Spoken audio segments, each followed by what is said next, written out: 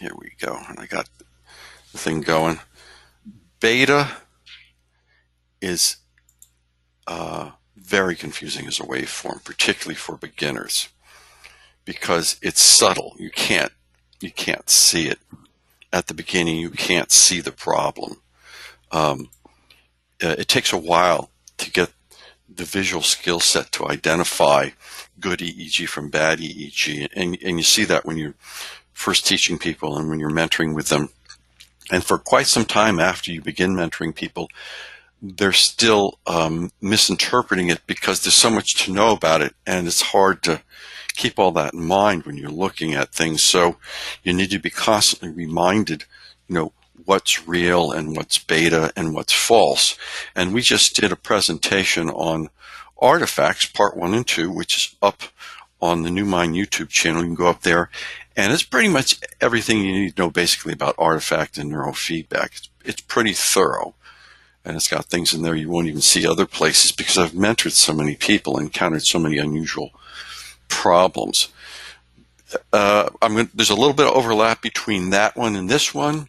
This one starts off a little bit where we lift off on the other one, but because artifact is so much a part of beta, I think it bears repeating and reviewing as we integrate it into understanding beta.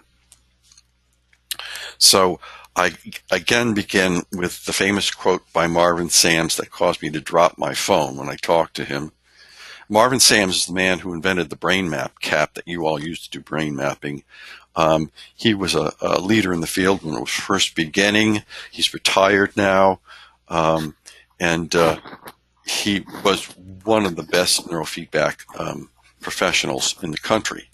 And he's also was a medical EEG specialist too, so he really knew what he was talking about. So why did Marvin Sams say, "I never trust any beta"? This is a guy who could read morphology like you read a book. I mean, he was brilliant at it. Here's an example of EEG. Now, this looks pretty good. If you look at it, it's got lots of smooth waves. It's up and down and so forth and so on. But in here, hidden in here, and even some of the best people who can see EEG wouldn't know that there's muscle tension in here. I could even miss this one. But it's there, I know, because I created it. And how I created it is I just clenched my jaw just ever so slightly, and I shifted the morphology of the waveform from being more round and open. If you look at the beginning here, you can see it's kind of irregular, it's small, and it's large. And then as we get into where I'm slowly clenching my jaw, you can see it's getting more. Okay, we're getting that biphasic waveform and it's getting more up and down and even. And I'm just going to take a brief pause here and see who's not muting themselves. So we've got somebody who's crinkling their meal. All right. Okay, so that's the case with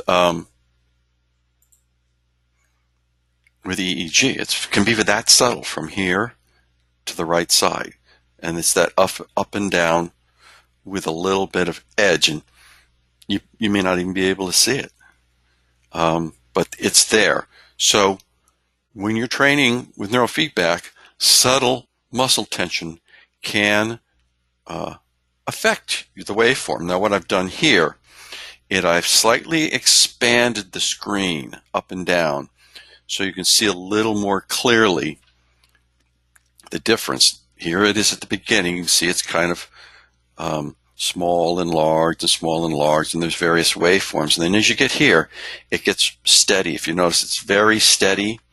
It's that up and down biphasic kind of waveform that, and it's sharp. It's sawtooth in nature. You can see it's particularly strong here, right here, sharp and sawtooth, and then then we get back to what it's like at the beginning, kind of smooth again.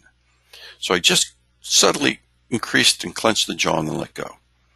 If you missed it and you feel bad about missing it, don't feel bad.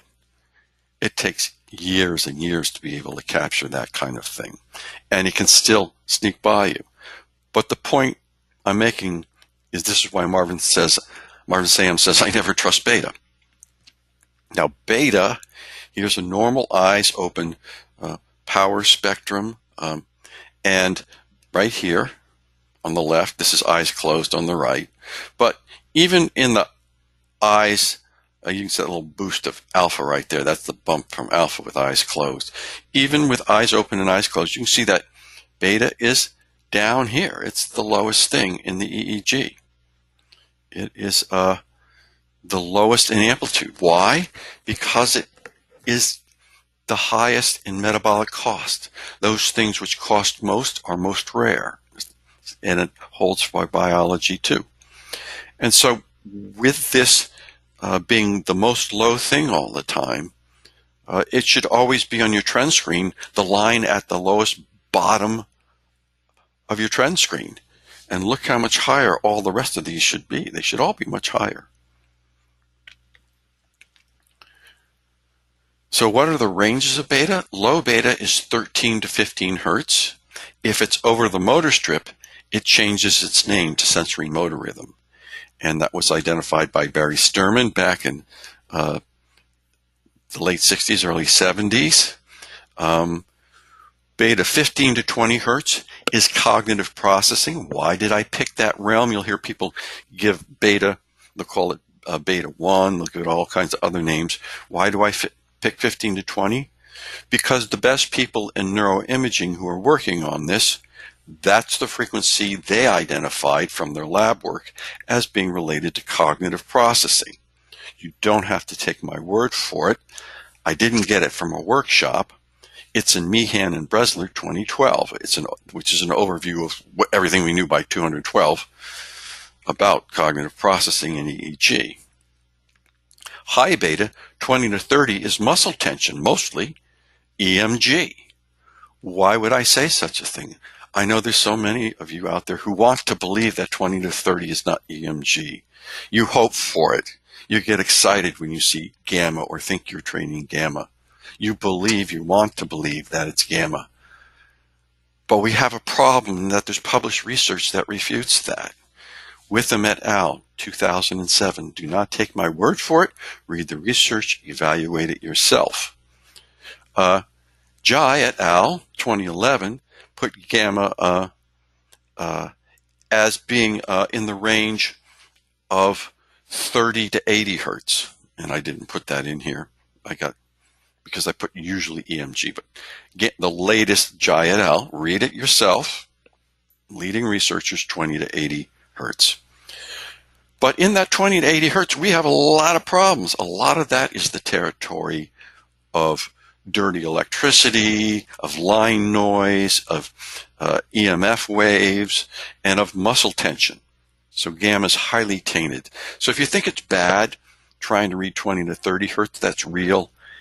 Gamma is even harder. You need good lab equipment to do this.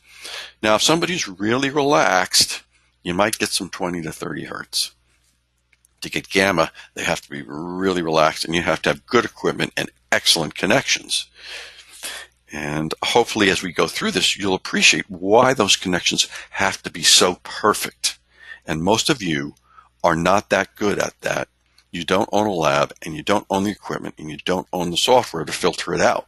If that's the case, I think you're in danger when you assume that you're getting 20 to 30 hertz or gamma in your EEG. So, just in case you think Witham et al. Is just something that I'm mentioning, here's the research. It's published. Clinical Neurophysiology, peer-reviewed. They injected people with a drug that made their whole muscle system go limp. And when they did that, subject after subject, all the EEG from 20 hertz and above dropped out, disappeared for the most part, with high-quality lab equipment in a laboratory setting. So when I say the 20 hertz and above head map, I usually consider as EMG. That's why you can't trust beta. Marvin is right. Now, what is the role of gamma? We have gamma hysteria for a couple of years here. Gamma's going to save everybody. Gamma's going to teach you to be an enlightened yogi and guru, can make your meditation perfect. Gamma's going to do this. Gamma's going to do that. Gamma is an intermediary waveform as well as we know. Theta codes gamma. There's a relationship between them. There's a whole body of research on this. There's whole books on it that you can read. But the main concept here is that there's a communication between the memory system in theta and the gamma system. And why is that there? Because the gamma system triggers 15 to 20 hertz in human beings. It has slightly other functions in lower mammals, but in us, social beings, it triggers the 15 to 20 hertz range activity. It specifically selects areas of the cortex to trigger that precipitates cognitive processing, and the gamma quickly dissipates because it has to go away so it can trigger new cognitive processes. So it's constantly coming and going in flashes. And this research goes all the way back to Nunez and his book on neocortical dynamics, published in 1996. He had already seen that, but we've got decades of research supporting that, to the point where by 2012, Meehan and Bresler are saying the majority of the research is telling us this. So once gamma dissipates, beta continues as what we call a metastable network. It's ephemeral. It's there, typically for 100 seconds or so, but it can endure. It can go on for an hour or longer. Depends on what that network is processing, what kind of stimulus is in the environment, and the person's arousal and other features of their physiological status. So this is the role of gamma in relationship to beta, as far as we know. If you're hearing other things, wild stuff, most of it's probably mythology or stuff that people's making up. If you really want to know and you have doubts, that's good. It's always good to doubt. Read the research. I've got it cited here. I'm happy to send it to you if you need it. Beta amplitude ranges. Now, this is really crucial when we're looking at trend screens. And I know Rob mentors a lot of people, and he hears all the same things I do. We talk about it quite a bit. Typically, the amplitude of beta that you'll see that could possibly be valid on a trend screen is between 1 and 15 microvolts. Now, that's a very broad range, and the upper and lower ends are very rare. You're getting up to 4 and 5 standard deviations on the end of the tail up there. The typical normative range for beta is around 5 to 6 microvolts. Now, if you've got your sensors down around T3, T4, T5, T6, or even F7, F8, it's going to be a little bit lower, maybe a microvolt lower, because the voltage drop between your ear clips and your active leads is smaller. And if you're not sure what I just said, you want to go up and look at the video on artifacts where we discuss about amplifiers and stuff like that, voltage drops. Okay, so the typical clinical range for beta is between 4 and 8 microvolts. The majority of the people you're training are going to have beta in that range. When it gets higher and lower, you're getting into some pathology there, significant pathology. Once you get over 8 microvolts, you should be starting to doubt the beta you're seeing. If you see that beta line go over 8 microvolts, you want to look at your high beta. Is your high beta up there or higher? That suggests you're getting muscle tension, that muscle tension that you might not have seen at the beginning when I talked about it. That beta can show up more easily if you're using, for instance, the Numind software. It says EMG on either side. And once that EMG gets up to 3 microvolts or higher, you're picking up muscle tension, because that's the first line of defense. That muscle tension is looking at the filters between 30 and 60 hertz, and it's measuring the voltages there and saying, oh, these are getting high, we're getting sub-harmonics, or we're getting dirty electricity, or muscle tension. So the minute you get above 8 microvolts, start getting suspicious. Typical EMG range is 8 microvolts to 30 microvolts or higher. So you'll see that in the EMG meters on the left and the right. Now, when you get above 8 microvolts, you saw, well, this goes up to 15. What's between 8 and 15? You will see people with major seizure disorder, severe attentional deficits, people with a lot of slow wave activity that will have compensatory beta that could be as high as 10 or 12 microvolts. And getting up higher than that, you'll see that in kids sometimes. You really need to look for the muscle tension. It's false stuff. In case you were a little murky about that, here is the typical range of EMG signal here. We're seeing, this is the tibia, and we're seeing muscles down the leg muscle, I assume, and we're seeing somebody tensing at 50%. And you can see that the majority of the frequencies, here's the frequency 0 to 500 hertz. The majority here is around 100 and a little lower. You got some drop off to 200. The mean EMG generally for the human body is around 180 cycles a second, or 180 hertz, 160 hertz, somewhere in that range. For a lot of other muscles, as you get up higher in the body, it can get dropped down. So here we have somebody who's tensing up, and here's 60 hertz, where's your line voltage, and then you can see the muscle tension dropping off, and it's going below 20 hertz. It can go as low as 13 hertz. So when you're getting that sharp, kind of biphasic pattern in the EEG that's sawtooth in nature, sharp on the edges, and it's steady, when you're seeing that, there's a good chance it's muscle tension. So you look at your EMG meters. Are they showing EMG 3 microvolts or higher? You've got it. If they aren't showing 3 microvolts or higher, if you're seeing that pattern and it's not showing 3 microvolts or higher, and your beta's going up to 10 microvolts or higher, you might start wanting to think, I might have electricity, dirty electricity, getting into my computer and into the leads, and I'm getting line noise. In which case, you can pick up your amp off the desk, and if it goes away, you know it's line noise. Put it down. You're near a noisy source. The other thing, if it's getting into your computer from the wall socket, you can unplug your computer, and the line should get cleaner. So those are 2 ways to check if you're getting line noise. Pick your amp up, put it down, unplug your computer, plug it back in.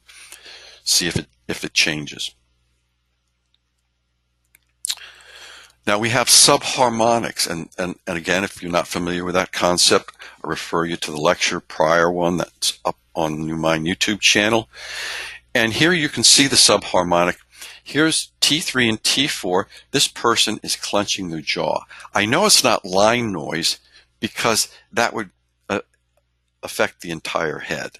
This is localized, and it's an area where you would expect to find muscle tension, where people clench their jaws. It's close to those jaw muscles at T3, T4, easily picks it up. Okay, the muscle is putting out millivolts. It leaks into the amplifier. It overwhelms the amplifier, and then it leaks into filters and subfilters going down the beta range, even down to low beta. So you can see here's the muscle tension's pretty high here. It's 2 standard deviations or higher here. You can see in the beta, here's the subharmonic. It's leaking into these beta filters. Not so bad on the left, so it's not as high on the left. They're not clenching the jaw as much on the left. They're clenching it more on the right. You can see it's higher on the right. And it may even be leaking down into alpha. It can. If the voltage is high enough, it can leak down into alpha. If you're clenching your jaw hard enough, you can leak it all the way down to theta.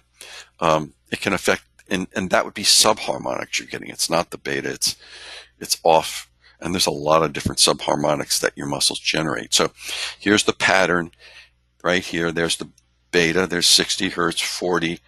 Look at all this noise. I hope you can appreciate how easily it is for muscle tension at this point to overwhelm the gamma filters and the high beta filters and give you false readings. Very easy. There's big muscle tension. You can really see that, right? There's 2 locations in the temporal region, quite strong. And that's the classic pattern you see. Here's somebody training. I mean, this is outrageous. That's why I use it. I rarely see anything this high. But here's somebody. This is high beta. Look at this going up like that. 40 microvolts, 30. You look at that and you're like, that's not real. I mean, that's way above 10. 10's way down here. So I look to my EMG filter, and there it is. 20 microvolts of EMG. This person is, you can't scrunch up your face muscles or your shoulder muscles, which can produce EMG. You can't do any of those things strong enough to get that kind of voltage deflection. To get that much EMG, you gotta have either horrific line noise or they gotta be really clenching their jaw, and a lot of people do. So that's big jaw. That's phony beta. Totally phony. And you'll see that's the high beta. Notice the beta here is at around 15.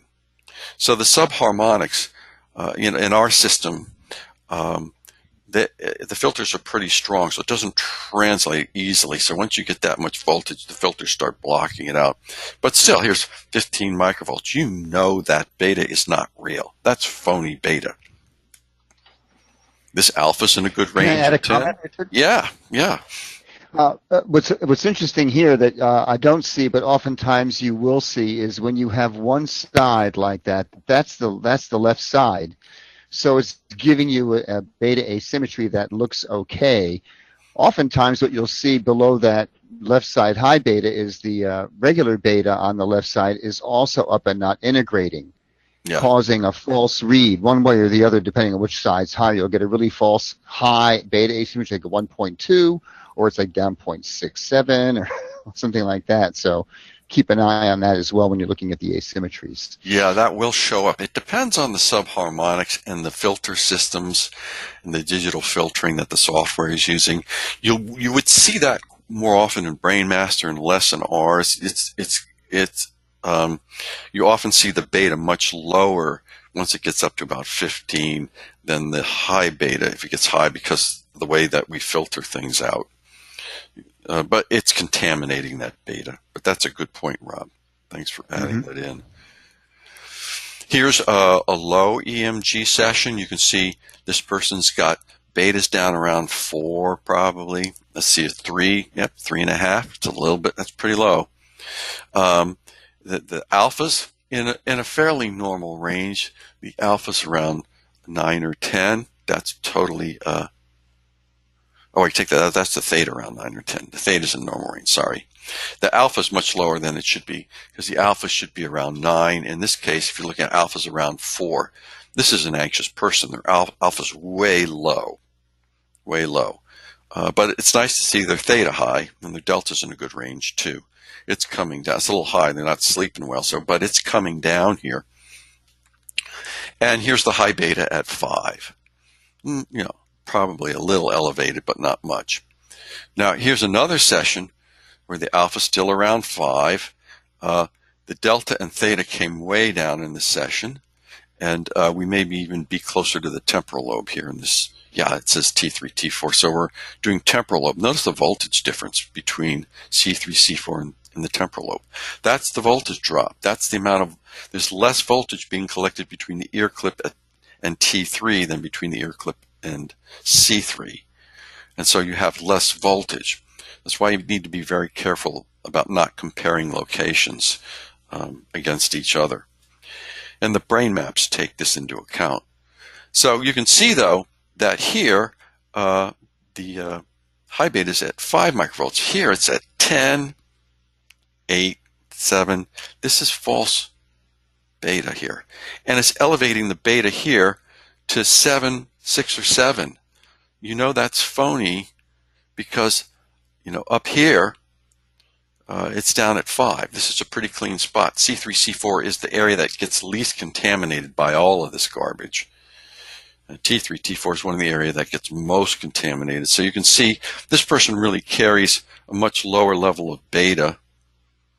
And you can see that this is beta that's being compromised by muscle tension. The high beta is at around 9, 8 in that range. And that filters in through subharmonics into the beta filters and gets up to 6 or 7. So this is a case where you can see it more easily in BrainMaster because the subharmonics flow through the BrainMaster digital filters more easily. All right, any question on that? It's a good example, a good comparison. And you can see this real easily. Again, our system filters this stuff out a lot, so it's easier to see it in BrainMaster, which is why I used it. Here you can see some EEG. I made the amplitude higher by hitting the plus key and on the keyboard so that you would see it more easily. So it looks a little sharper defined here, but you can see where the jaw is really clenched there, and then it calms down. And then look how intense this is. Look at that high beta, clenching the jaw. Look how it infiltrates it. You can see pulses, but continuous pulses, and that's the jaw muscles pulsing, and then good clench. There's a strong, steady clench. It's really good to sit down with your equipment and hook up to T3, T4 and do this, and then C3, C4. Tense your face, your shoulders, your jaw. Watch it. Look at it. It's really good practice. Here's trapezius. This is me just tensing up my trapezius muscles. And look how smooth that is. And it's smaller. It's not that rigid biphasic sharp thing. Now hit here, boom, you can see it right away. That rigid biphasic. It's good to show you on different softwares so that you get a sense of how the morphology can shift from software to software. Notice how high this beta is, but it's arbitrarily bumping this stuff up. You can see that. Look at here. See, it's much lower here. You clench hard here. You clench the shoulders here. You can see that the energy filters down through the subharmonics, gets into the other frequency bands, gives you false information. And here you can see a nice sine wave from a signal generator, and then putting in different frequencies. You can see that they beat together and you get a complex waveform. Add more and higher frequencies, it gets more complex, and pretty soon the line noise gets to the point where it's a mess like that. And what are your sources of false beta? Printers, Coke machines in the hall, vacuum cleaners upstairs, downstairs, air conditioners outside your window or on your roof. Routers can be in the walls. Transformers could be outside your window. Big green boxes standing outside your window. Mysterious boxes. Poor wiring in your walls if you're in an old building. Radio station towers, and you don't even know what they look like, so how would you know they're there? And IT closets, yes.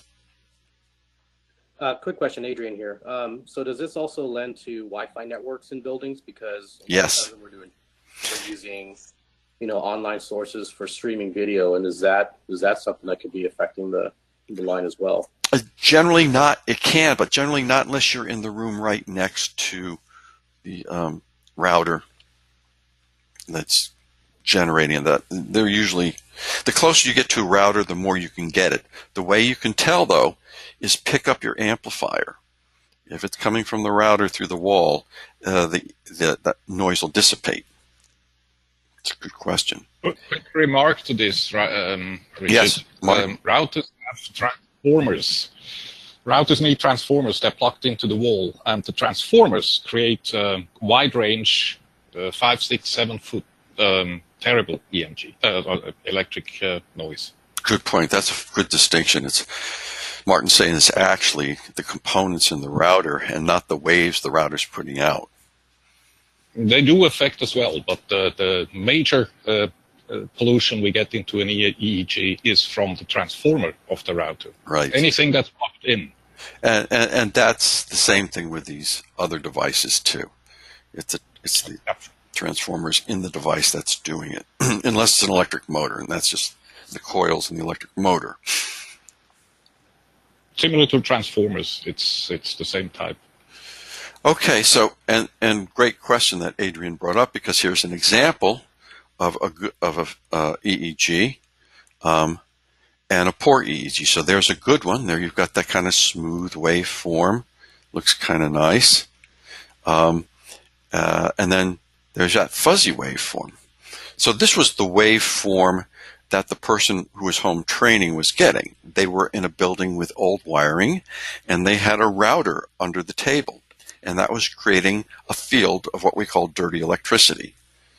Now, if we, because the line noise, partly from poorly grounded wiring, when she picked up her amplifier, we saw that.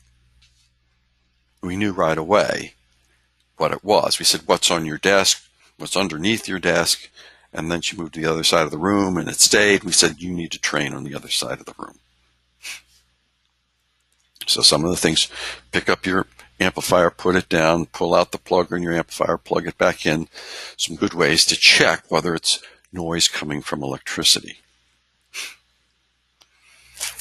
One of the things I want to say about beta is that beta follows the other frequencies, or actually the other frequencies sometimes follow beta. It can go both ways. In this case, we're training one frequency down, probably alpha or theta. It doesn't matter. And you can see muscle tension dropping down, right? The yellow was up around 8, dropping down. And then you can see the beta dropping down too with the muscle tension. So we're getting less harmonics. But the other frequencies, as the person relaxes, energy is coming out of these other frequencies, and the whole thing's getting down to its baseline. You'll commonly see people with high theta and delta have higher than normal beta. As they train, the theta and the delta comes down, sometimes even alpha. And you'll see beta, compensating beta coming down, and then it hits its lowest natural level in that brain, whatever that brain's energy level is. And then these frequencies will start to distribute themselves more normally. It's a pattern you often see with beta. Everything's coming down, beta gets to its lowest level, and then all of a sudden the other frequencies will start to go up a little again. They'll start to rearrange themselves into a normative distribution.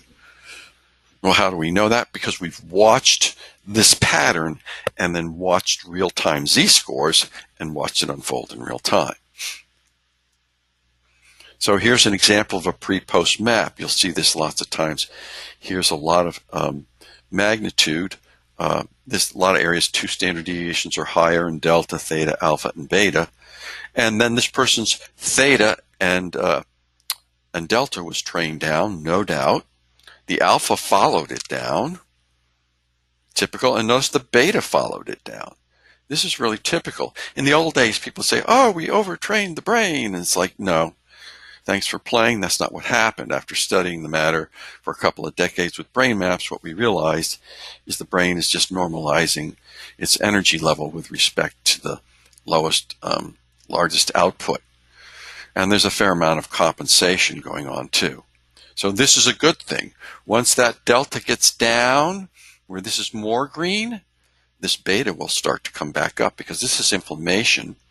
It's stealing power from the beta. Once it goes down, the beta will come up to a more normal range. Here's another example from a different year, different person, same kind of pattern. We're training. We're using 2-channel training. If you had any doubts, it was effective. Here's pre-post map. Just a few months apart. Look at how that delta came down, theta came down. Notice that these look lower. This is a low energy brain that had too much slow wave activity. And when we got rid of that inflammation and reduction in blood flow, we're starting to see the brain normalize and you can see how low the power is in it. That will start to come back up as this delta disappears. So one of the things that robs the brain of energy, just like the body, is the inflammation in the interstitial layers of the tissue, and that's coming from typically toxins in the body, a lot of times in the gut. Originally, for the most part, is what we've learned. So dysregulated guts, dysbiosis, endotoxemia will rob your brain of energy. It's the most common thing that does that. A lot of these kids with attention deficit, that's what's causing it. Here we have, again, an interesting case of beta compensation. Notice this person has delta kind of elevated, and then this is a post-concussion. So this is before the concussion. This is after the concussion. Notice how high the delta is. That's diffuse inflammation. And the theta is diffuse and elevated because there's reduced perfusion. And that's a common pattern. And notice that the beta is compensating. The beta goes up. This person has enough energy after the concussion for the brain to start compensating. It's trying to increase the signal-to-noise ratio. It's trying to offset by activating more neurons in the dipole layers to offset the ones that aren't doing well. So you're seeing that battle there, right there. 32% change from that concussion. That's a pretty good one. Here's an interesting version of anxiety. This is severe insomnia. You can see, notice that the delta, get a little extra frontal delta when they open their eyes. Here it is, absolute power down here. There, then it comes up. You know that's a sleep problem. And you notice here's the absolute power, which would be magnitude for you guys. It's amplified in the relative power. That's like shifting up. You can see that this person has got lots of beta and muscle tension, high beta muscle tension, beta in the beta frequency. Some of this may be muscle tension too. Early on in brain mapping, we often confused beta muscle tension for beta. Anxiety shows up much more in beta asymmetry than it does in elevated beta. It's a much more reliable measure. Here's somebody with mold. This is a really common pattern we see with mold. Elevated diffuse beta, slowed beta with a lot of coherence. Because that's a whole other topic, how mold affects the body. But this is what we would expect from the research. It goes after the hypothalamus and destroys cells there, which throws off endocrine function, which suppresses immune function. So here's 5 years later. Beta there, not a whole lot better. Looks pretty much the same, although the dominant frequency's improved. That's good. That was somebody who didn't get neurofeedback for 5 years. Here's an advanced mold case. As the immune system's compromised, you can see that beta is lower, but don't be fooled. There it is there, red there, green there. What's happening here is notice that the alpha is slowing. That's fast alpha there. The alpha is slowing. It's getting high. A lot of the dipole layers are going offline, so the beta, the compensating beta, the beta that's compensating is starting to dissipate. It's slowing down. The alpha slowing, the brainwave slowing. We're starting to see more slowing in theta.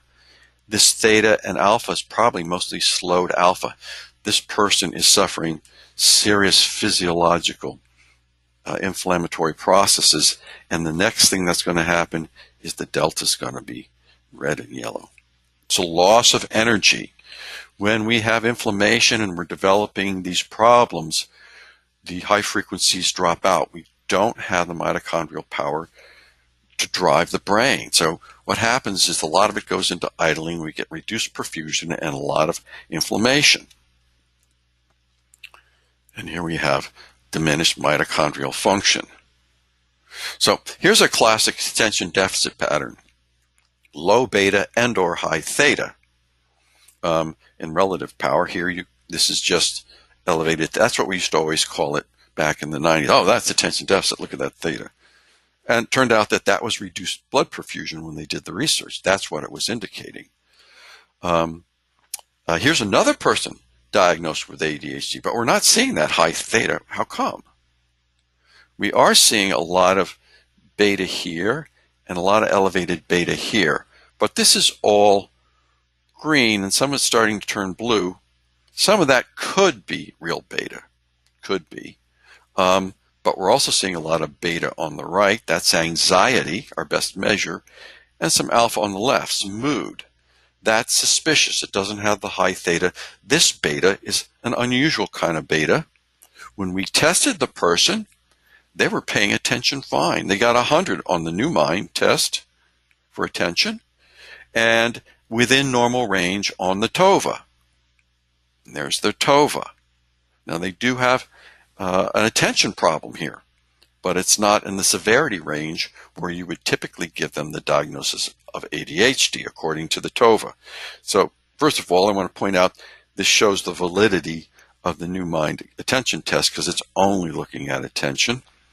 And it shows you that a lot of these people getting diagnosed with attention deficit actually have a kind of beta called spindling beta. And it is generally in the frontal lobes. And it was Jay Gunkelman who really first identified it as related to features that people often labeled attention deficit. And these people are often very emotionally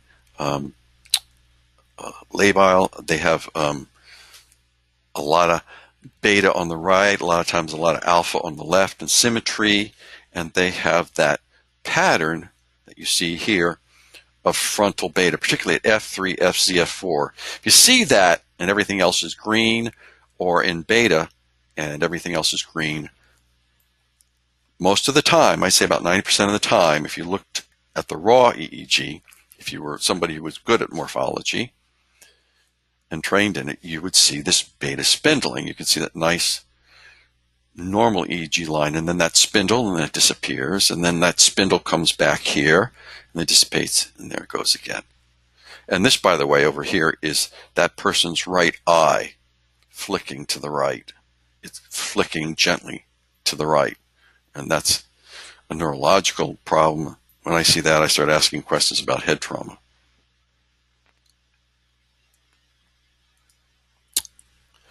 So what we understand is that beta on the right, I'm throwing this up there, it's from another presentation at ISNR, just to show you there's lots of research on beta asymmetry and anxiety. It's not something that I just pulled up, and it goes along with the research on alpha asymmetry and depression.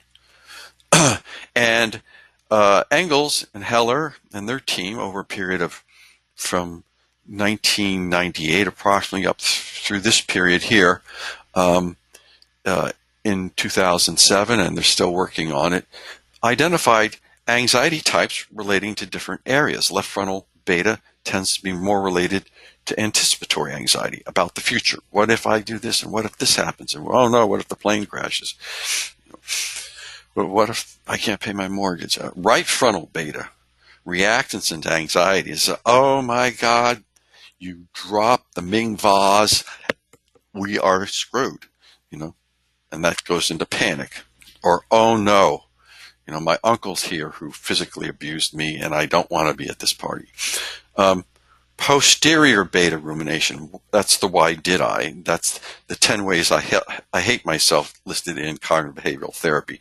Shouldaism, black and white thinking, catastrophization. There's 10 of them. You should know them if you're working in any of the fields dealing with people and depression and anxiety.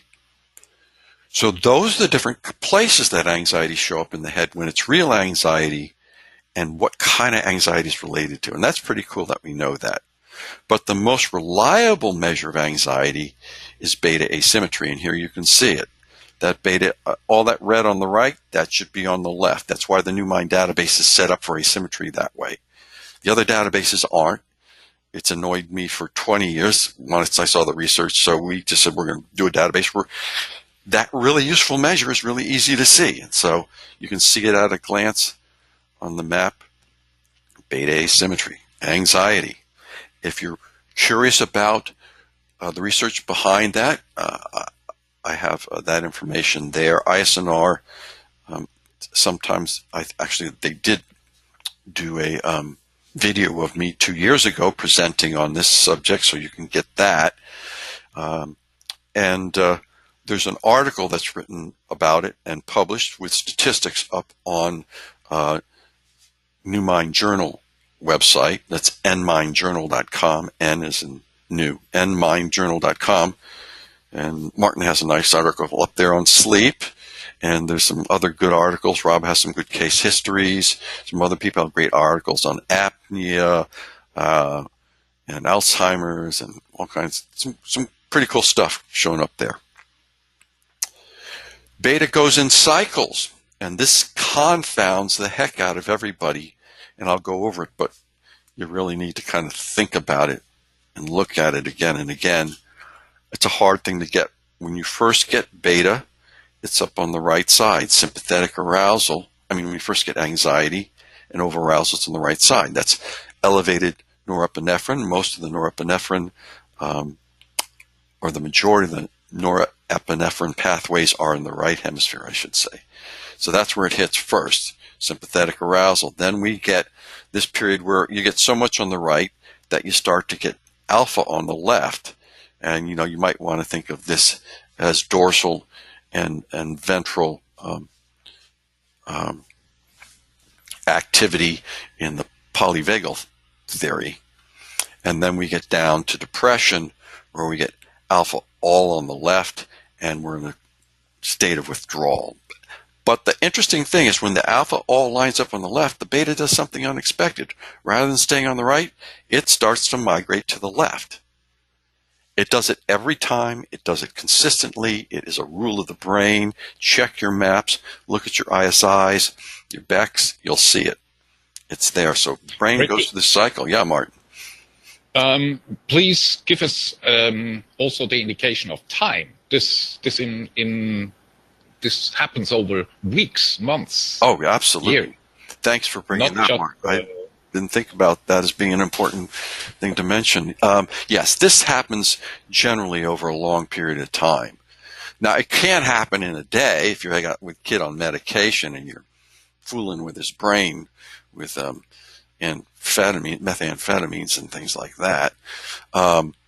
But generally, it's a slow process, and we're capturing moments in time. But it does occur.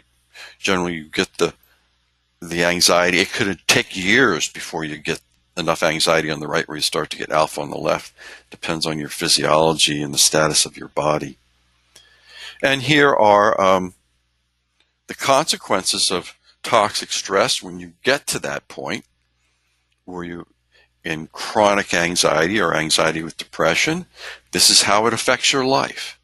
It affects your linguistic abilities, your socio-emotional skills, how to interpret situations.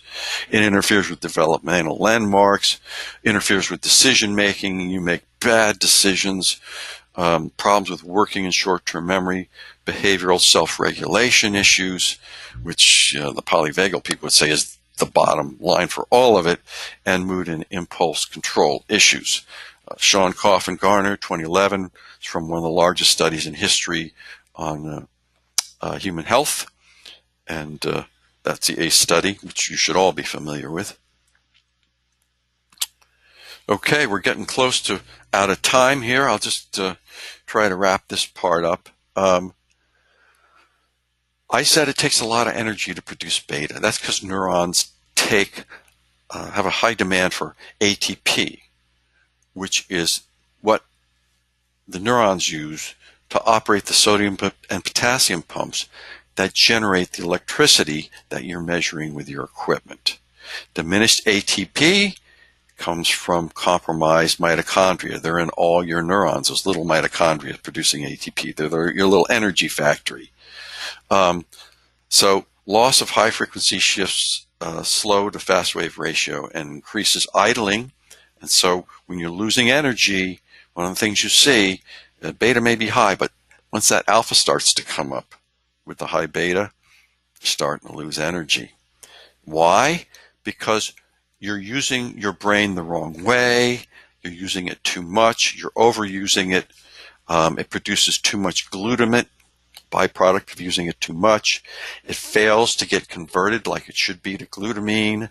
That glutamate is toxic to your cells. It starts to kill them off.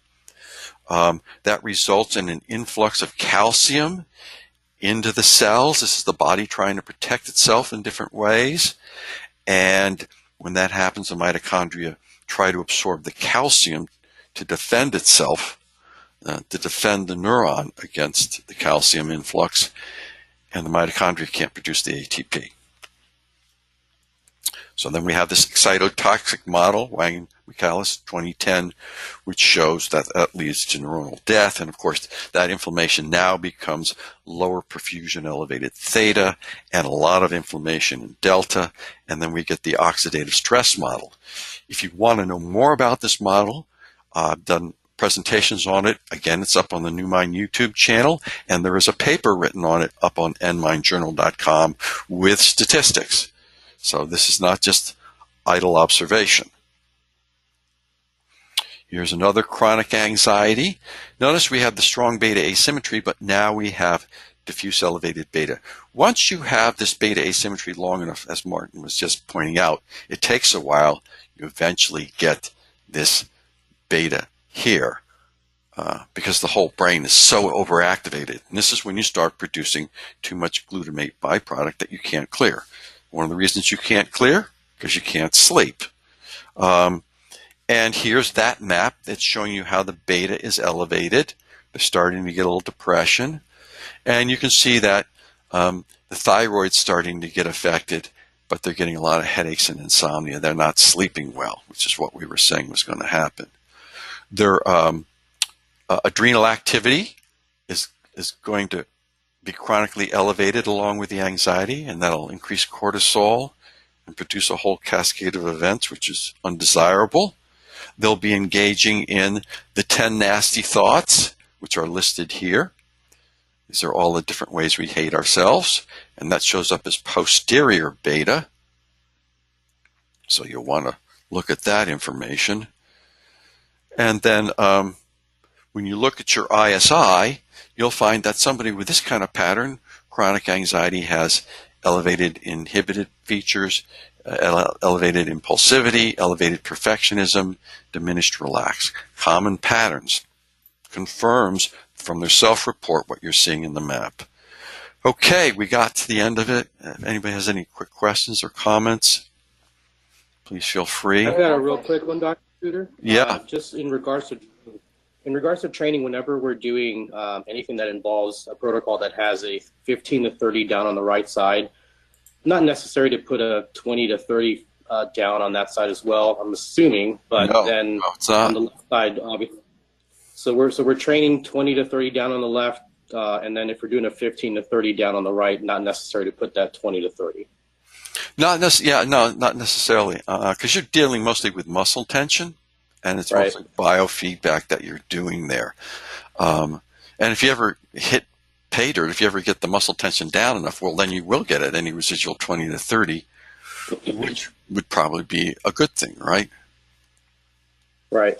And then just to follow up real quick on that, neurotransmitter testing. We've been doing a lot of it with our offices and finding a significantly high correlation with a lot of beta asymmetry and issues in data with obviously the excitatory neurotransmitters. Is it your experience to have both the neurotransmitter supplementation as well as doing the neurofeedback work hand in hand, or is there one that typically, and I know this is a very general question, but we tend to find out that if people aren't training really well within the first 10 sessions, we recommend that they do a little bit of some replenishing of those specifically the compensatory neurotransmitters before doing catecholamine support.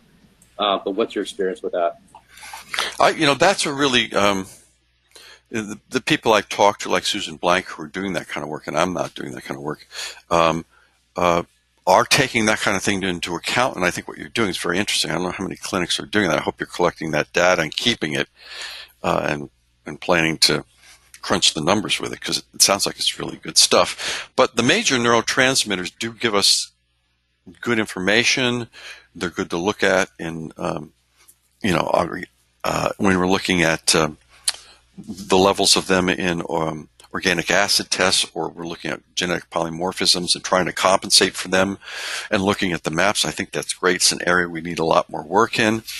My only statement would be just beware that there's over 100 neurotransmitters, and they're just the ones we can see the most, and there may not always be a smooth correlation between the maps and the neurotransmitters.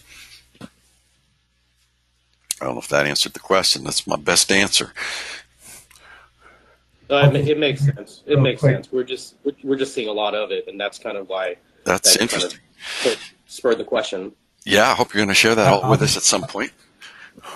Richard, I'll just make a quick sense, because we also do neurotransmitter testing in certain cases, and I think that if you can help supplement some of those deficient or excess neurotransmitter showing up, sometimes you're using 4-point cortisol, norepinephrine, epinephrine, so you can use some things to help the system out to make the neurofeedback perhaps go more smoothly. Because if you don't have the resources in the brain, what you're talking about, I don't know, ask the question, and you're kind of alluding to it, is that you're giving them those resources so that they can start then training their brain. If someone's under chronic stress. We try to plug in mostly the substrates, which is what we find is, really helping out with using things like L-theanine, even the amino acids.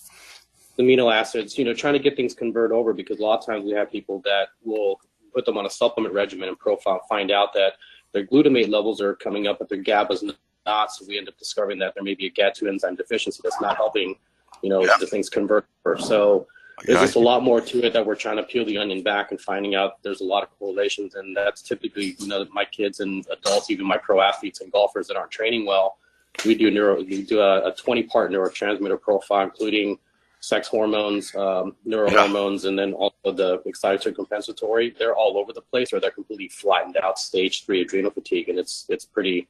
They're always the people that train the hardest, or they have the hardest time training, I should say. They're good stuff. I mean, the bottom line is you hope that'll jumpstart the brain, but sometimes the reason they can't get the neurotransmitters, they have polymorphism for MTHFR, and they may be being undermined by endotoxemia or dysbiosis, and you feed them that stuff, and it helps. But maybe you want to get down to more of the bottom basic mechanisms if you can, if it's possible, so they can sustain themselves without the constant supplements. That's what I would say. Yeah, that's always our goal. So it's kind of like the chicken or the egg. For me, it's always been hard to kind of understand, because obviously we know that they're not mutually exclusive, but those neurotransmitters, it's hard to find out, which is driving what in a lot of cases. So I always, we'll try to do both. We try to test the brain electrochemically, which is what it is, or we're trying to connect some dots, but it's tough to do that because it's so dynamic. It is. And a great place to end this, that, it's a complex story which involves the whole body. And if people are backsliding when you're doing this work, it's time to call on the functional medicine or integrated medicine people, for backup, because that's probably what you're dealing with most of the time. Okay, well, we should probably end it here.